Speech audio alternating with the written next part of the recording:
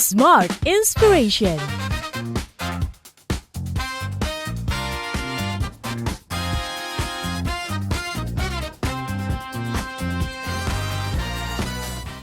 Podcast Smart Inspiration masih bersama Anda dan saya Daryl Adam terus menemani sampai dengan di 13 menit ke depan ya. Kalau biasanya Smart Inspiration itu belajar banyak tentang sebuah inspirasi dari sudut pandang EQ.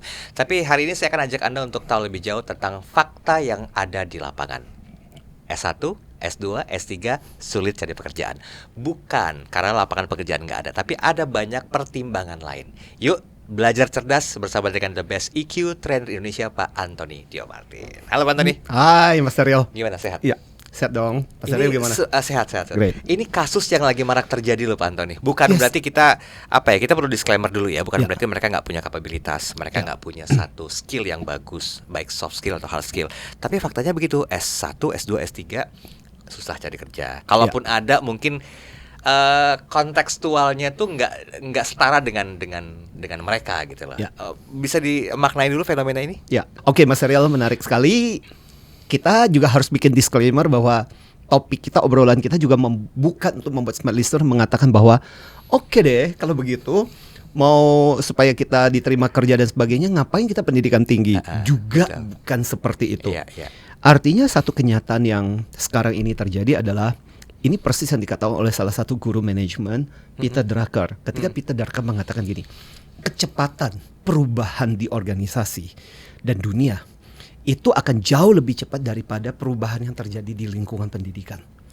Jadi kita sedang berbicara mengenai dua kecepatan yang berbeda. Sementara satu sisi ini cepat banget, sementara ini agak lambat. Kurikulumnya, cara pengajarannya, dan ini yang menyebabkan akhirnya agak nyambung. Jadi sebenarnya kita tidak mengatakan bukan berarti S1, S2, S3 itu enggak penting. Tapi ini masalah sebenarnya challenge kembali kepada kurikulum pendidikan. Bagaimana kurikulum pendidikan belajar untuk menyesuaikan dengan situasi kebutuhan di lapangan. Juga bukan berarti lantas pendidikan harus melacurkan diri. Tapi bagaimana caranya dunia lingkungan pendidikan menyesuaikan dengan apa sih yang sebenarnya betul-betul dibutuhkan di luar dunia yang butuh hal-hal yang sifatnya praktis, applicable, analitis, dan yang down to earth. Ya, bukan yang cuma mengawang-awang atau cuma sekedar teori. Itu sebenarnya yang terjadi. Ini di perbincangan kali ini kita perlu banyak disclaimer dulu ya Pak Antoni ya. Karena takutnya di satu sisi orang yang nonton ini separuh-separuh tuh menyalahkan gitu loh. Betul. Bahwa ya pendidikan tuh nggak terlalu penting. Ya, atau kita dimarahin sama yang punya pendidikan. Jadi maksud lu ngapain? Bukan seperti itu gitu. Iya. Oke. Jadi kalau misalnya kita bicara masalah faktor, tadi Pak Antoni mengatakan ada faktor eksternal. Nah, ini bagaimana bisa menyeimbangkannya antara dunia yang berputar begitu cepat, infrastruktur pendidikan Indonesia, SDM Indonesia yang notabene juga harus bisa selaras sebetulnya, sehingga ya orang semakin tinggi pendidikan tuh konon kabarnya kok semakin susah cari kerja. Nah, gimana secara cerdas emosi menyikapi ini, Pak Antoni? Very nice question. Makanya sebenarnya pertanyaan yang sama dari Mas Daryl ini sudah dipahami oleh dunia pendidikan. Dan dunia pendidikan dan dunia akademik mengakui situasi ini. Makanya apa cara mereka yang lakukan untuk menjembatani? Nah, beberapa di antara mereka, satu, mulai menyeimbangkan kurikulum. Makanya ada beberapa jenis pendidikan yang sifatnya lebih vokasional.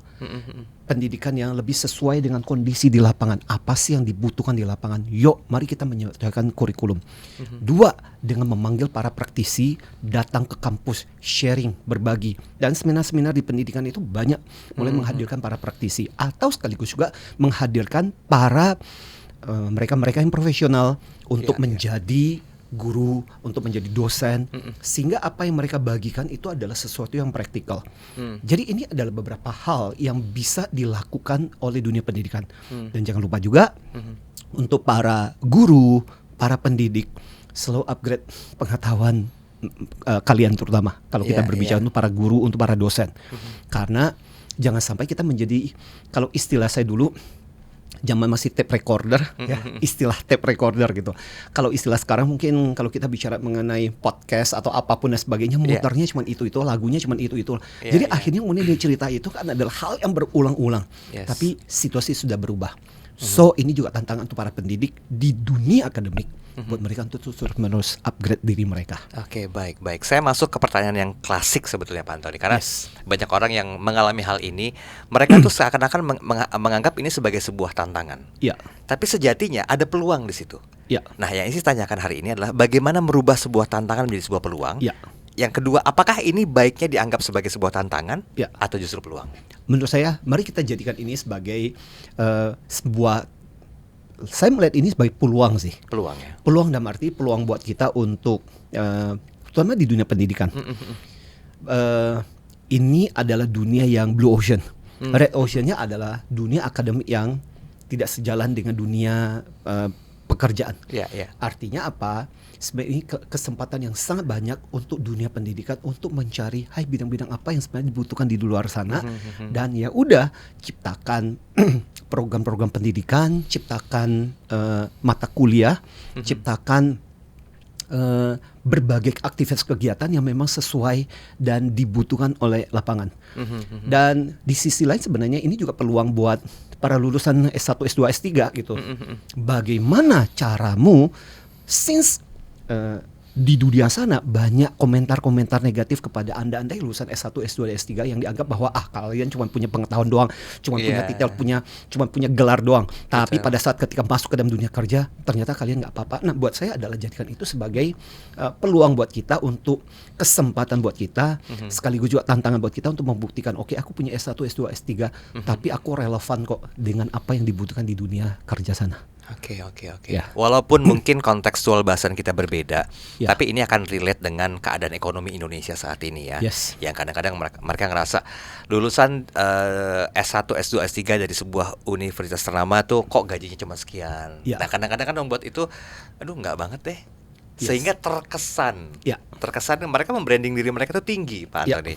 Bukan berarti saya menyalahkan keadaan ya, tapi supaya simbiosis mutualisnya ini bisa berjalan. Ya. Ini kan perlu cerdas emosi juga menyikapi ini. Betul.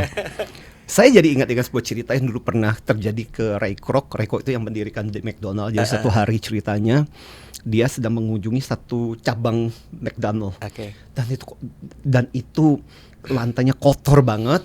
Dan saat itulah ada salah satu staff yang sebenarnya bukan staff, dia adalah salah satu manajemen di cabang itu yang memang mengurusi cabang itu.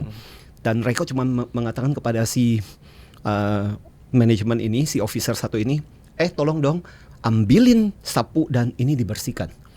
Tahu nggak jawaban dia apa? Loh, saya lulusan Harvard loh. Oh. Maaf, maksud Anda? Iya, saya lulusan Harvard. Dan kemudian dia mengatakan, oh, saya lupa. Saya nggak sadar kalau lulusan Harvard itu ternyata nggak bisa nyapu gitu. Dan itu menjadi sindiran buat dia, dan akhirnya kemudian dengan tertatih-tatih dia mengambil sapunya dan menyapu. Oke. Dan saya pikir ini adalah sebuah jawaban yang menarik apa yang dikatakan oleh Mas Daryl. Problem terbesar dari para lulusan S1, S2, S3 kita adalah punya sebuah ekspektasi yang sangat tinggi bahwa kalau aku lulus S1, S2, apalagi dari universitas terkemuka, maka aku ini harusnya diperlakukan dengan posisi, jabatan, karir, gaji tertentu. Problemnya adalah bisnis itu sebenarnya nggak pelit. Mereka akan menggaji sesuai dengan kamu punya kualifikasi seperti apa gitu, situasi apa yang kamu miliki itu yang kemudian akan di appreciate. Makanya kenapa saya seringkali bilang kepada para lulusan S1, S2, S3, ketika kamu baru memulai dan nggak tahu apa-apa, jangan terlalu angkuh dan terlalu sombong. Even kamu lulus dari universitas dan perguruan tinggi latar belakang yang begitu luar biasa, belajar untuk humble, start from zero, kumpulkan pengalaman. Itu yang akan membuat kamu berharga, bukan titel dan bukan S1 dan S2 dan S3. Nyatanya dari S1, S2, S3 ijazah yang saya punya nggak ada kok jaminan di situ tertulis oleh karena saudara lulus dari universitas ini, perguruan tinggi terkenal ini, maka saudara akan dapat gelar begini, jabatan ini dengan gaji sekian. Nggak ada ditulis di ijazah. Itu hanya cuma menunjukkan bahwa kita lulus pendidikan.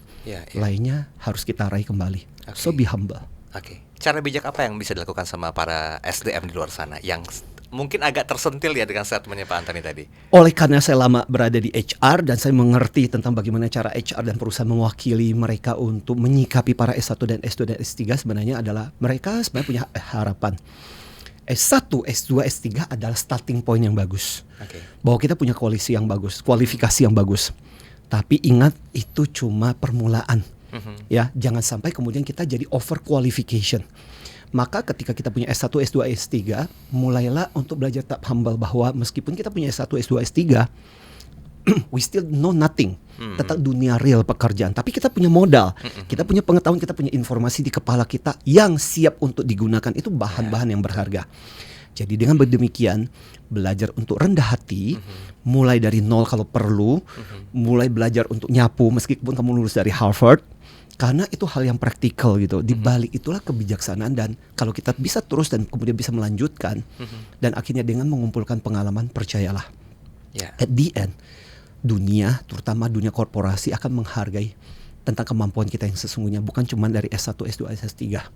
Jadi kita mengatakan alangkah bagusnya kalau Anda punya S1, S2, S3 ditambah dengan kemampuan kapasitas bekerja yang sesungguhnya. Betul. Gabungan ini yang akan menghasilkan sesuatu yang luar biasa, dan ini yang bernilai, dan ini langka. Wow, kata-kata bijak banget ya. Jadi humble itu yang pertama, yang kedua adalah ya bijak menyikapi sebuah permasalahan dan juga berhubungan dengan keadaan, dan otomatis perlu cerdas emosi. Tips singkatnya Pak Antoni sehubungan dengan bahasan kita hari ini? Oke, so tips singkat pada kesempatan ini adalah buat teman-teman yang berada di dunia akademik, saya pikir ini adalah sebuah challenge buat kita, dan ini challenge klise yang terjadi di mana-mana, apalagi sekarang ini dengan kondisi kompetisi dunia kerja yang seperti ini, talent war. Maka sangat penting buat teman-teman yang punya pendidikan S1, S2, S3, ingat it's not complete yet. Jadi harus diperlengkapi dengan kompetensi kemampuan yang sesuai dengan di lapangan. Maka pada saat ketika kita sambil kita kuliah S1, S2, S3, jangan lupa untuk terus-menerus menambah kemampuan kapasitas profesional kita. Sertifikasi apa kayak seminar kayak dan sebagainya, mendengarkan hal-hal obrolan yang praktikal, itu yang akan menambah wawasan kita. Nah, sementara di sisi lain memang dari dunia organisasi, dunia perusahaan, jangan juga langsung memberikan stigma bahwa S1, S2, S3 itu nggak bisa kerja. Ya, mereka punya modal yang berharga kalau kita bisa melatih. Kok toh nggak ada? Dan saya masih ingat B.J. Habibie itu mengatakan begini, lulusan itu siap untuk latih, tapi tidak siap pakai. Artinya apa? Ini adalah modal untuk dilatih, ujung-ujung bisa dipakai. So itulah yang bisa dilakukan juga dari dunia korporasi, dunia organisasi, dunia kerja terhadap para lulusan-lulusan ini. Baik. Seperti biasakan mengosongkan gelas Anda dimanapun Anda berada, dalam kehidupan atau mungkin dalam ranah pekerjaan. Semoga cukup menginspirasi. Saya Daryl Adam, sampai jumpa. Smart Inspiration.